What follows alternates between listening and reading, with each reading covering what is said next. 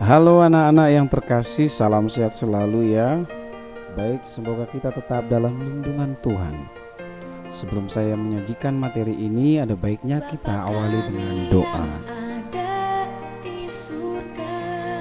Doa selesai. Baik anak-anak, materi kita kali ini adalah menyajikan cerita fantasi. Sebelumnya, seperti biasa saya akan menerangkan kompetensi dasar kita. Yang pertama 4.4, menyajikan gagasan kreatif dalam bentuk cerita fantasi secara lisan dan tulis, sehingga memperhatikan struktur dan penggunaan bahasa. Adapun tujuan pembelajaran kita ya kali ini yaitu siswa mampu atau siswa diharapkan dapat merencanakan cerita imajinasi atau fantasi. Yang kedua, siswa mampu atau dapat menulis teks cerita imajinasi atau cerita fantasi. Berikut saya tampilkan langkah dalam merencanakan cerita imajinasi. Ada 4 langkah nak. Yang pertama langkah menemukan ide cerita. Langkah yang kedua penggalian ide cerita. Yang ketiga membuat rangkaian peristiwa. Yang keempat mengembangkan cerita imajinasi. Baik, saya akan terangkan satu persatu. Dalam merencanakan cerita imajinasi, langkah yang pertama yaitu menemukan ide cerita. Bagaimana menemukan ide cerita fantasi? Baik, yang pertama yaitu menemukan ide dengan mengamati objek nyata lalu diberi imajinasi. Nah, kamu boleh mengimajinasikan objek yang nyata lalu kemudian kamu berimajinasi. Selanjutnya, menemukan ide cerita fantasi dapat dilakukan dengan pengamatan terhadap objek peristiwa di sekitar kita. Nah, apa yang ada di sekitar kita boleh kamu bayangkan atau imajinasikan. Contohnya, amati alat-alat canggih teknologi tinggi. Nah, selanjutnya fantasikan apa yang bisa terjadi pada handphone yang ada pada kamu berupa email, hal lain yang berkaitan sehingga dihasilkan cerita fantasi. Wow. Nah, contohnya amati lingkunganmu yang sudah tercemar dengan plastik dan aneka polutan. Nah, polutan itu nak bahan pencemar. Contohnya yang mencemari lingkungan kita adalah mungkin bahan plastik, besi, dan sampah-sampah limbah lainnya. Itu polutan namanya nak ya. Selanjutnya bayangkan tiba-tiba kamu terlempar ke 100 tahun mendatang. Wow. Masa yang akan datang dan kondisi lingkungan yang penuh plastik dan lingkungan rusak. Wah, ini berfantasi yang sangat ya boleh dikatakan menarik ya nak. Nah, selanjutnya langkah yang kedua penggalian ide cerita, menggali ya. Jadi ide cerita fantasi juga dapat diperoleh melalui membaca buku pengetahuan atau buku ilmiah tentang ruang angkasa, hewan langka, biografi tokoh dan lain-lain. Nah, contohnya seperti ini nah, bacalah buku tentang hewan-hewan langka. Nah, biasanya hewan-hewan langka itu apa? Ya mungkin dinosaurus ya. Kamu pernah dengar ya? Bayangkan tiba-tiba kamu hidup dengan mereka dan dimintai tolong mereka agar tidak dimusnahkan oleh manusia. Fantasikan apa yang bisa terjadi pada hewan langka dan dengan dirimu dan sahabat-sahabatmu. Nah, binatang tidak hanya atau hewan tidak hanya dinosaurus. Kamu mungkin bisa berfantasi menimbulkan satu atau memunculkan hewan yang unik atau apa saja. Ya namanya kita berfantasi. Nah. Langkah yang ketiga membuat rangkaian peristiwa. Dari ide yang sudah kamu temukan, buatlah rangkaian peristiwa sehingga tercipta cerita fantasi yang unik. Contohnya ide cerita itu adalah bertemu pahlawan yang memprotes kemalasan generasi muda zaman sekarang. Wah. Yaitu temanya tentang pemuda yang malas akan menimbulkan kehancuran bangsanya sendiri. Yaitu membuat rangkaiannya nak ya. Nah, berikut adalah rangkaian cerita. 1. Atau yang pertama, tokoh dihukum karena tidak menyerahkan tugas. Tokoh yang selalu menunda tugas sehingga dihukum guru untuk membaca buku biografi. Selanjutnya ke perpustakaan mencari buku. Kemudian buku biografi para pahlawan seakan hidup dan menyeret tokoh masuk dalam masa peperangan. Wow.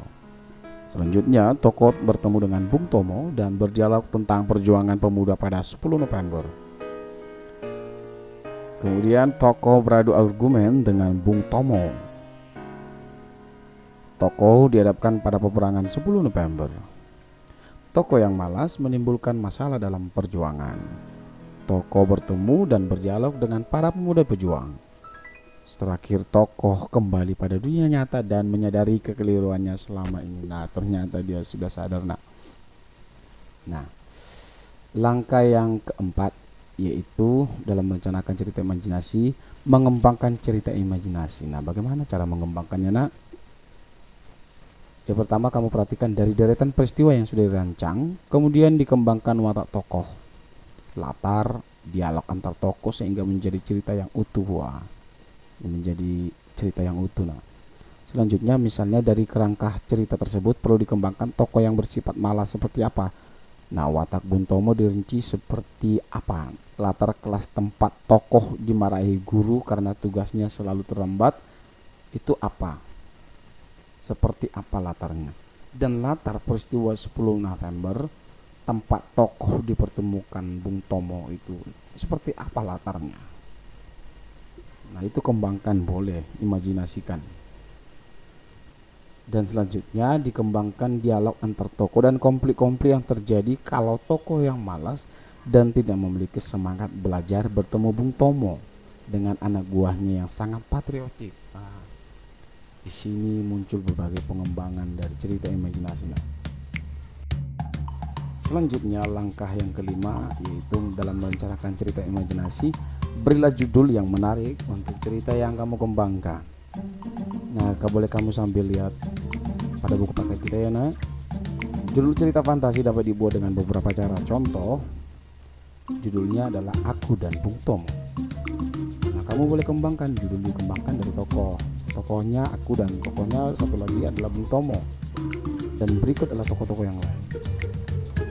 Judul yang kedua, cerita dari situs Surabaya. Sekali lagi saya ulangi, cerita dari Surabaya di masa lalu. Judul dari latar cerita itu boleh kamu kembangkan, latarnya seperti apa. Kemudian selanjutnya terperangkap di Ambarawa. Nah, judul dari latar cerita itu apa? Ambarawa. Bagaimana dia terperangkap di Ambarawa dan seterusnya. Anak-anak, berikut akan Bapak tampilkan bagaimana menulis cerita fantasi. Pada bagian yang pertama yaitu merencanakan. Merencanakan itu kira-kira seperti apa? Yang pertama, galilah ide dengan membuat fantasi dari topik lingkungan, kecanggihan teknologi, para pahlawan atau topik lain yang menarik perhatianmu. Nah, selanjutnya berfantasilah seakan-akan kamu mengembara pada 100 tahun yang akan datang. Nah, bayangkan Anda mengembara atau tiba-tiba muncul di 100 tahun yang akan datang dengan kecanggihan teknologi yang luar biasa atau kondisi lingkungan yang sudah sangat tercemar atau terusak, itu polutan tadi yang sudah saya jelaskan. Nah, selanjutnya tulislah tema yang akan kamu tulis dalam bentuk pernyataan. Selanjutnya tentukan latar dari cerita yang akan kamu imajinasikan. Selanjutnya tulislah deskripsi tokoh-tokoh dalam ceritamu. Wah, ini menarik ini. Yang selanjutnya buat sinopsis atau ringkasan cerita yang merupakan ringkasan kejadian dari awal sampai akhir cerita.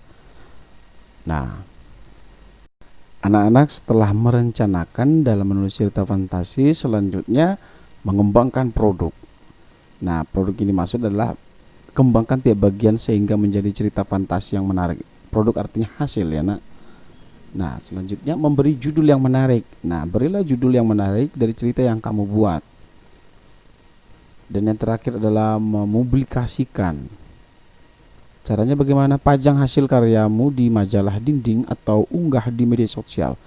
Hias dengan kata dan gambar yang menarik. Jadikan kumpulan cerita fantasi siswa di kelasmu atau dibukukan sendiri-sendiri dan diberikan perpustakaan sekolahmu sebagai koleksi. Lakukan pameran untuk menampilkan karya-karyamu.